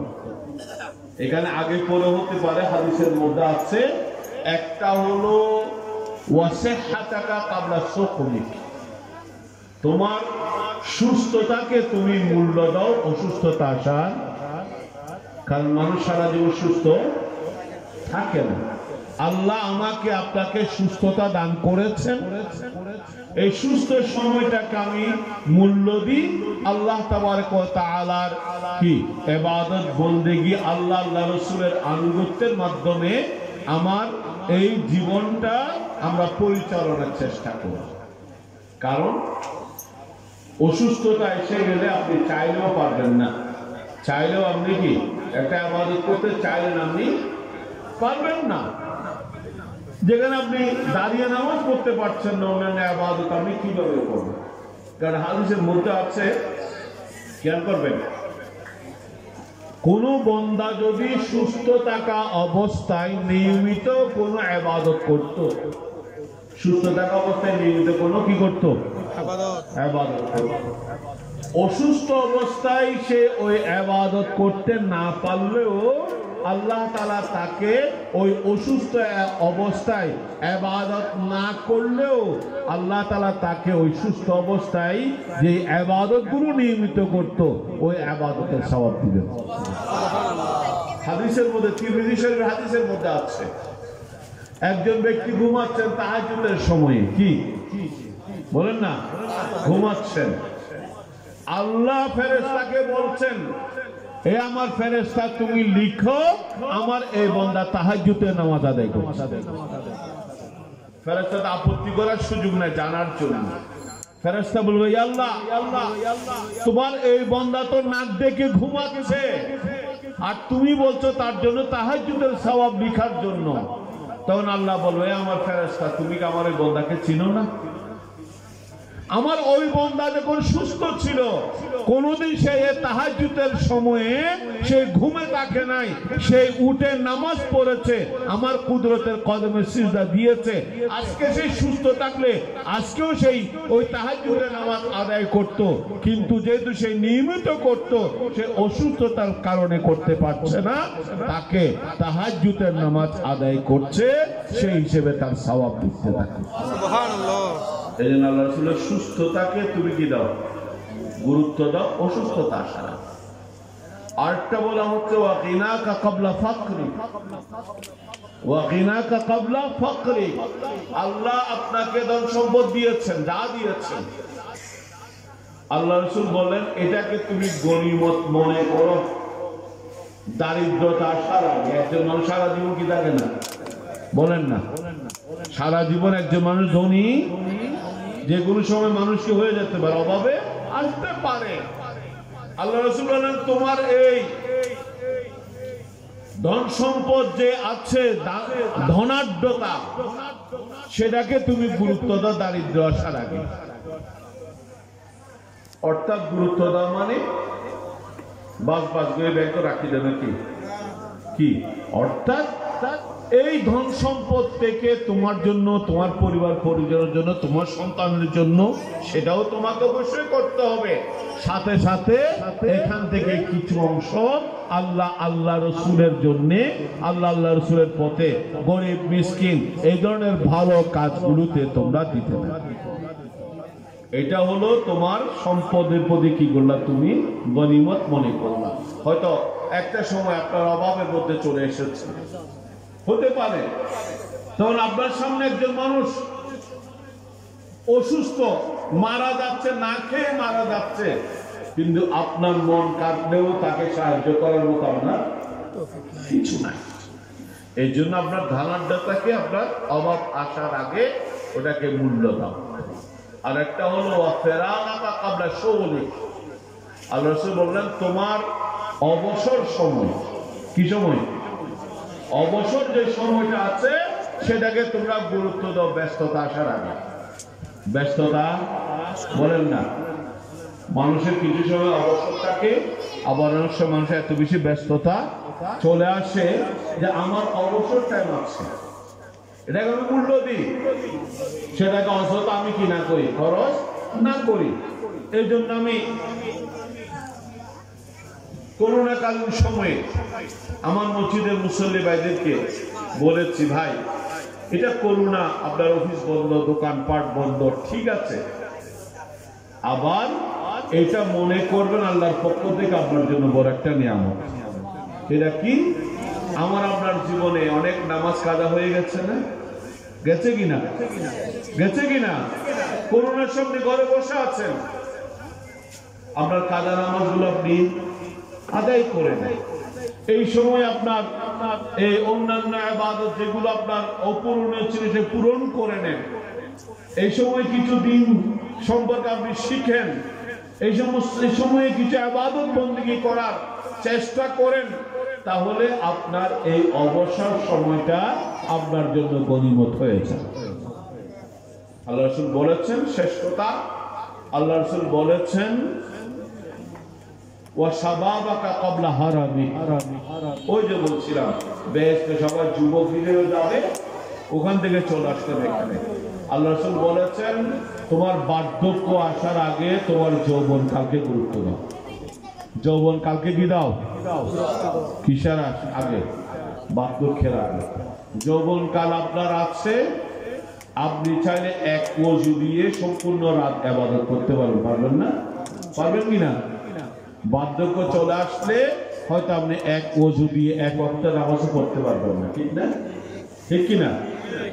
এই জন্য আল্লাহ রাসূল সাল্লাল্লাহু আলাইহি ওয়াসাল্লাম ইরশাদ করেছেন, আল্লাহ তাআলা ওই যুবককে বেশি পছন্দ করেন, ওই যুবককেই বেশি পছন্দ করেন যে যুবক তার ওই যৌবন কালটা আল্লাহ রাসূলের আনুগত্য এবং ইবাদতের মধ্যে যারা অতিবাহিত করবে, তাদেরকে আল্লাহ তাআলা বৃদ্ধদের বার্ধক্যের ইবাদতের চেয়ে যুবকদের যৌবন কালের ইবাদত আল্লাহর কাছে বেশি পছন্দনীয়।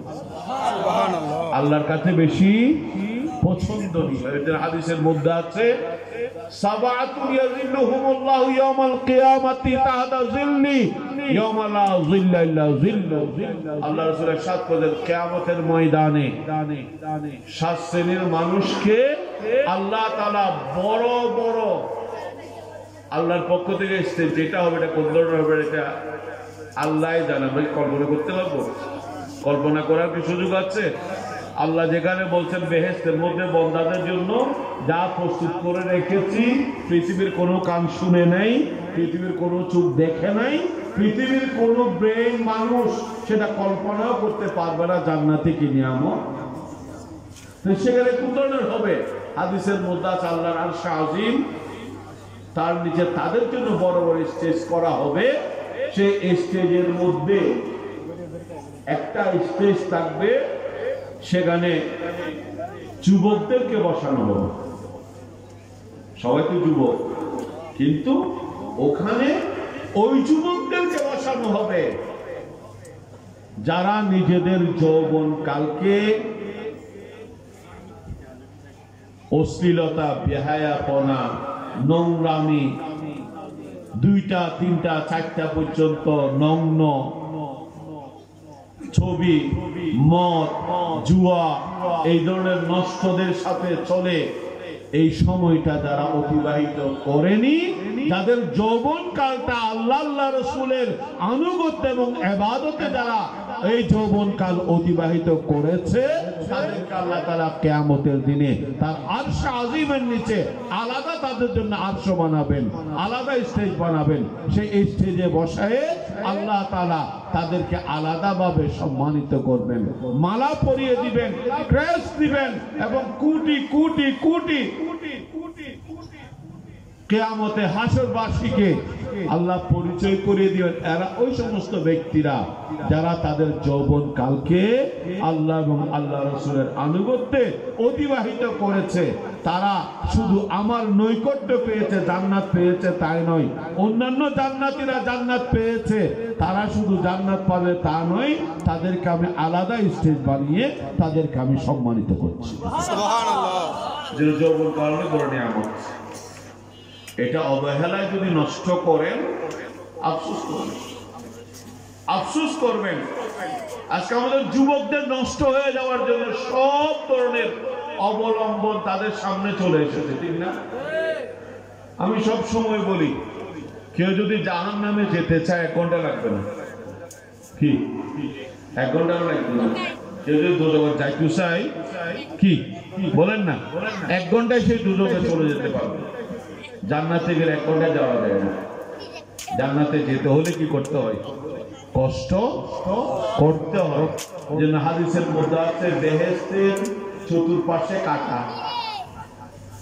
হুফাতিল জান্নাতু বিল মাকারিহ মুকাদ্দার। বেহেশতের চতুর্পাশে কি বলেন না? কাঁটা। সতর্কতার সাথে কষ্ট করে ওদিকে যেতে হবে। ওয়া হুফাতিন নারু বিশাহাওয়াত। আর জাহান্নামের চতুর্পাশে সবগুলো লোভনীয়। সবগুলো কি বলেন না? লোভনীয়। যেটা দেখবেন সেটা ভালো লাগবে, যেটা দেখবেন সেটা ভালো লাগবে, আরো সামনে যাবেন, আরো সামনে যাবেন, আরো সামনে যাবেন, এক পর্যায়ে গিয়ে ওই জাহান্নামের গর্তে পড়ে যাবেন। সব লোভনীয়। এই জন্যে যতগুলো লোভনীয় আছে, যেগুলোতে আল্লাহ আল্লাহ রাসূলের সন্তুষ্টি নাই, এগুলো বান্দাকে জাহান্নামের দিকে নিয়ে যায়। এবং এর জন্য সবচেয়ে ঝুঁকিতে যারা আছে তারা হলো যুব সমাজ, ঠিক না? কারা বলেন না? যুব সমাজ। কারণ কিছু মনে করবেন না, একজন 70 বছরের বৃদ্ধ যদি বলে আমি তওবা করলাম, যারা করবো না। 70 বছরের কি তুমি তো জানা করার আগে যারা তোমার থেকে তওবা করে ফেলছে, হ্যাঁ? জানা তোমার থেকে কি আমি মদ পান করবো না। তুমি মদ কখন 70 বছর বয়সে তোমার মদ পান করার আর কি আছে? বয়স আছে? চুরি করবো না, ডাকাতি করবো না, এটা করবো না, এটা করবো না। আল্লাহ তারপর আপনি তওবা করবেন, অবশ্যই তওবা করবেন। আমরা প্রত্যেকে গুনাহগার, প্রত্যেকের জীবনে গুনাহ আছে। আমরা তওবা আল্লাহ দরবার সবসময় করবো। কিন্তু হাদিসের মধ্যে আছে ওই যুবকরা যখন আল্লাহ তাআলার দরবারে তওবা করে আল্লাহ কিভাবে মহব্বত করেন, কিভাবে মহব্বত করেন, এই একটা হাদিসের মধ্যে আপনাদেরকে বলছিলাম কি আল্লাহ তাআলা আরশ আজিমের নিচে তার জন্য আলাদা স্টেজ করে দাঁড়িয়ে করবে, দাঁড়িয়ে করবে, সম্মানিত করবে। কিভাবে? যেমন কিতাবের মধ্যে উদাহরণ দেওয়া হয়েছে।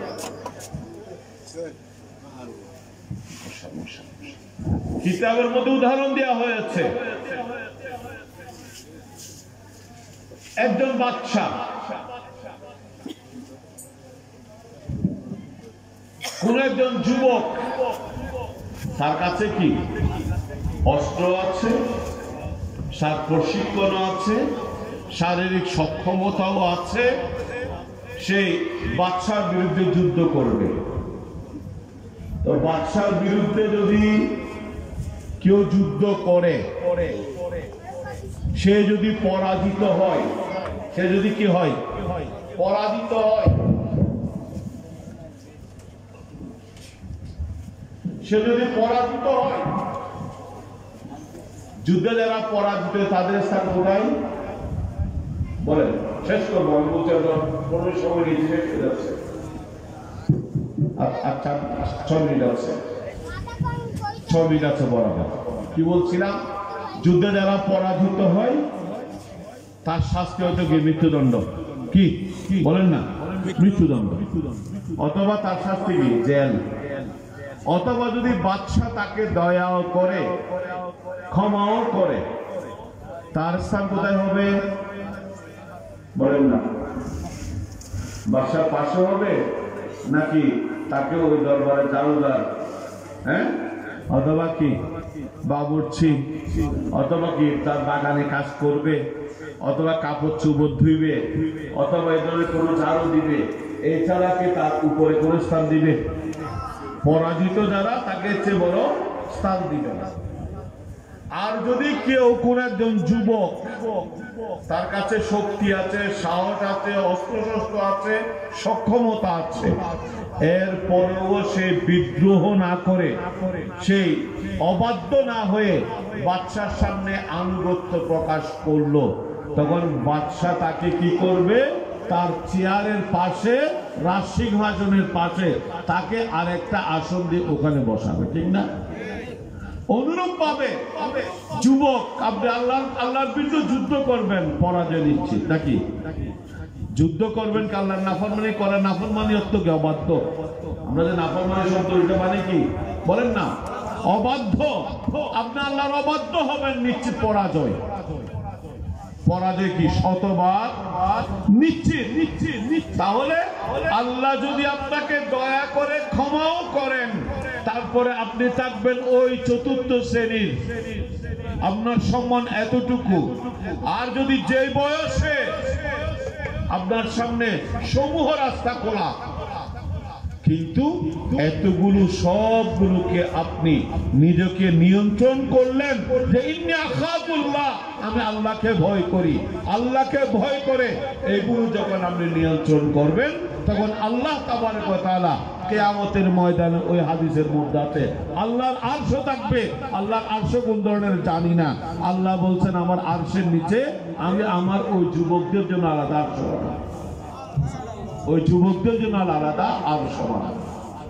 এই কারণে আমাদের যুবক ভাইদেরকে বলছি, আপনারা আমাদের এই যৌবনকালকে নিয়ামত হিসেবে গ্রহণ করুন। হাদিসের মধ্যে আছে কিয়ামতের দিনে প্রথমে একটা হাদিসের মধ্যে 4টা, একটা হাদিসের মধ্যে 3টা। প্রথম যে প্রশ্ন করা হবে, তন্মধ্যে একটা প্রশ্ন হলো ওয়া শাবাবাকা ফীমা, আপনি তোমার যৌবন কাল তুমি কোথায় অতিবাহিত করেছো, এটার হিসাব আগে। কোথায়?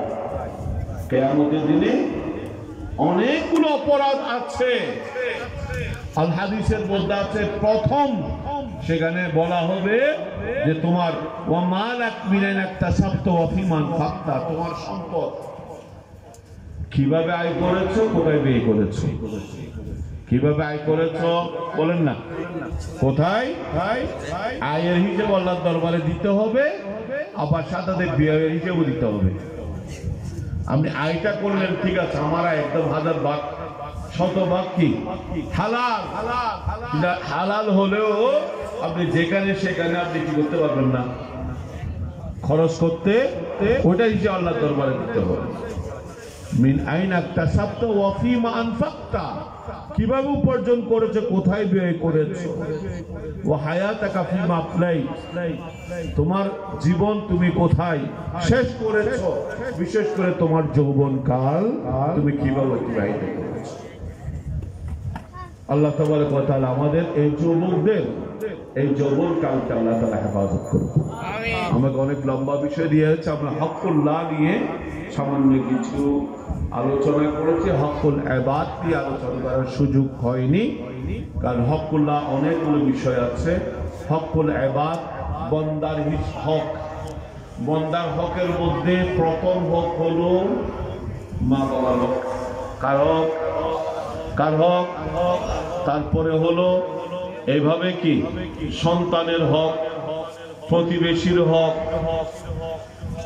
মুসলমান একজন মুসলমান আরেকজন মুসলমানের হক, স্বামীর উপর স্ত্রীর হক, স্ত্রীর উপর স্বামীর হক, একজন প্রতিবেশীর উপর হক।